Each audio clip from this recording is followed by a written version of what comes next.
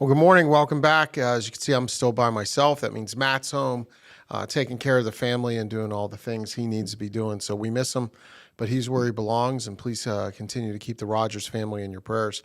One of the things I wanted to talk about today, or the thing I wanted to talk about today, stemmed from a lunch I had the other day, and was with a group of folks and group of clients. And my one client had mentioned to me something in the past that I had said to him. And it was a challenge he was having where he was trying to schedule a meeting with somebody, and they were going back and forth on text and sending each other notes about, hey, we need to connect on this. And a day would pass, and then his prospect would send him a note back and say, yeah, let's try to find some time out, a couple weeks. He'd reply back. And it was just going on and on to the point where he knew that this person was interested, but the person wasn't always responding in a timely way. So days would go by that let that doubt sink in, right? So that doubt would come into his mind about, does this person really want to meet with me? Are they really interested? Or is this something I'm pushing too hard on? There was no way to convert these texts into a meeting. They just kept going back and forth.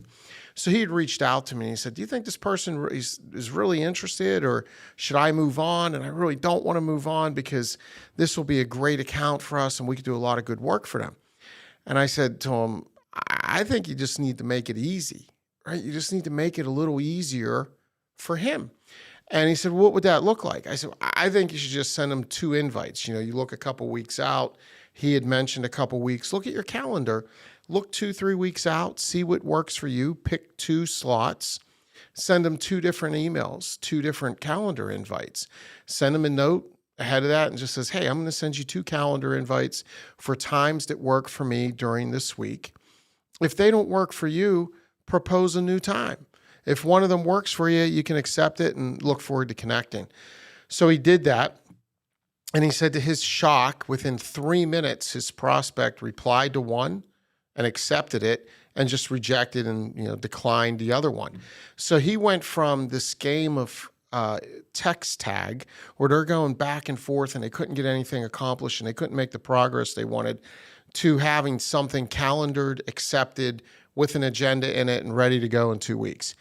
And he told me how he thought that was just, remarkable. And I don't know what made me think of that. I don't know, we've done it before. I'd never thought of it as remarkable. But what I realized in the conversation was all we did was make it easy. And that's what he kept underscoring to his colleagues. He said, Bill said, just make this easy for the other person. And I sat back and I thought, how much does that apply to like every aspect of our life?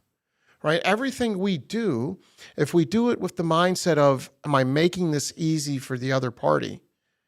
How much easier does life become for us and for those around us? And in this case, I said, make it easy for them, send them the calendar invite, right? What about at home? I often have these conversations at home with my kids where, now that everybody's gone except Dante, he gets the brunt of everything.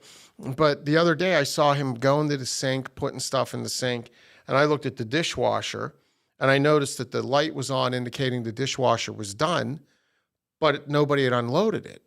And I told him, I was like, my man, we got to unload this. Like, we got to help mom. And it all can't just fall on her. When we look and we see the light on, our only job should be like immediately empty the dishwasher. Why?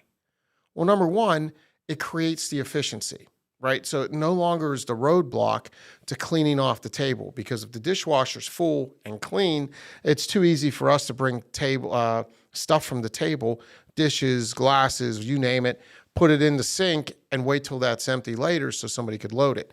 But we're adding steps to the process. We're not making it easy to work with us. So if we empty the dishwasher, now we've cut out the middleman.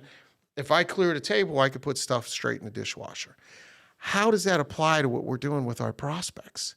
Are we thinking of everything that gets in the way from somebody saying yes? Are we adding steps to the process that aren't needed?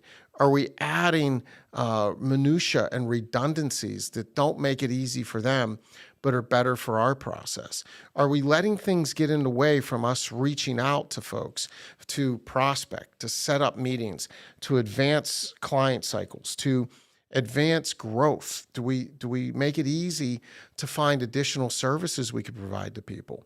Or do we just get locked in on something, stick with it, and continue to do it? it's worth reflection. It's worth thinking about, because I think all of us have steps in our process that might have been designed to make it easy for us, but aren't making it easy for us, for someone else. They're not making it easy for someone to work with us. And that should be our main focus.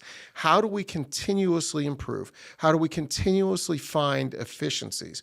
How do we continually find ways to make it easier to work with us so that we become more attractive as a solution to others?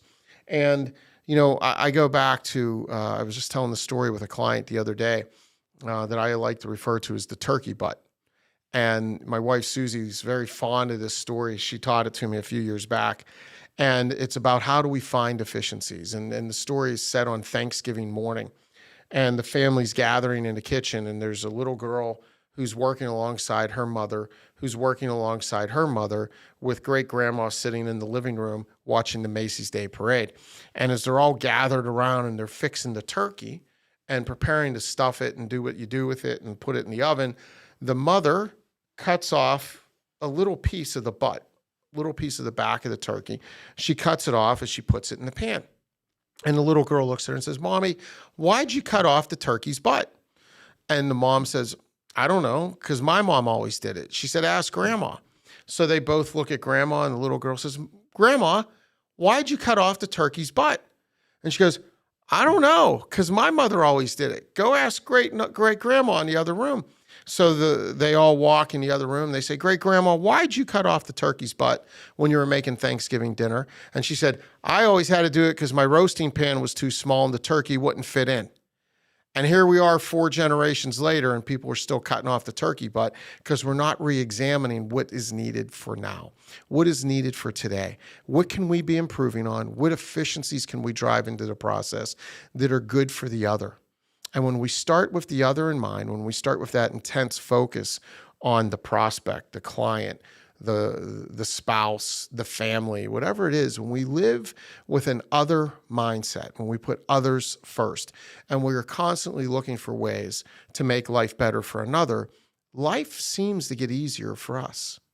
And you would think it's the opposite, right? You would think that as I look for ways to live for another, to make life better for another, to serve another, I would be making life more difficult for myself. But the opposite is true. The more we put others' needs ahead of ours, whether they're clients, whether they're spouses, whether they're friends, whether they're children, we tend to have greater joy. We tend to have greater success.